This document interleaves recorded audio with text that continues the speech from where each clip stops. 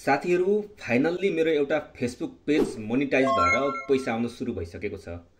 केही महिना अघि मात्रै उक्त पेजमा एड एन्ड रिल्सको सेटअप प्राप्त भएर सेटअप गर्ने क्रममा मिस्टेक भएर भनौँ या थाहा पाउँदा पाउँदै पनि पेमेन्ट कन्ट्री सेलेक्ट गर्दा नेपाल चुज गरेर लगभग $70 जति इन्कम भइसकेपछि इनइलिजिबल कन्ट्री भनेर इन्कम रोकिएको थियो।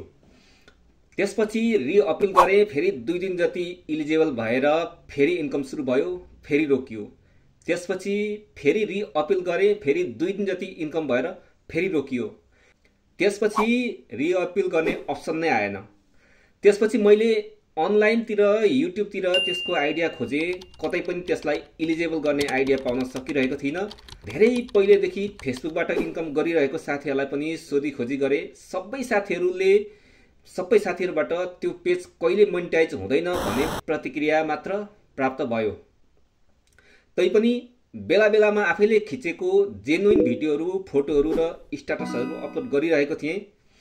केही दिन अघि मात्रै उक्त पेजमा कन्टेन्ट मोनेटाइजेसन टुल्सको सेटअप प्राप्त भएको छ। यहाँ देख्न सक्नुहुनेछ। सबैतिरबाट मैले माया मारेको उक्त पेज फेरि मोनेटाइज हुँदा मलाई एकदमै खुसी लागेको छ। सो साथीहरू, तपाईहरूको पनि त्यसरी कन्ट्री चुज गर्दाखेरि नेपाल भएर मोनेटाइज भइरहेको छैन भने या डिमोनेटाइज भएको छ भने आजैबाट तपाईले आफै खिचेको र आफै क्रिएसन गरेको फोटो, भिडियो, स्ट्याटसहरू अपलोड गर्न नछोड्नुहोला। अवश्य तपाईको फेसबुक पेज वा प्रोफाइल फेरि मोनेटाइज हुन्छ। तपाईको फेसबुकमा कन्टेन्ट मोनेटाइजेसन टुल्स फेसबुकले अवश्य दिन्छ। तपाईसँग राम्रो फलोअर्स भएको फेसबुक पेज वा प्रोफाइल भएर पनि तपाईँ यस्तै समस्यामा हुनुहुन्छ अथवा हुनुहुन्थ्यो भने तपाईकै मोटिभेसनको लागि मैले यो भिडियो बनाएको हो। साथीहरू, यस सम्बन्धी केही जिज्ञासा, समस्या भए कमेन्ट गर्नुहोला।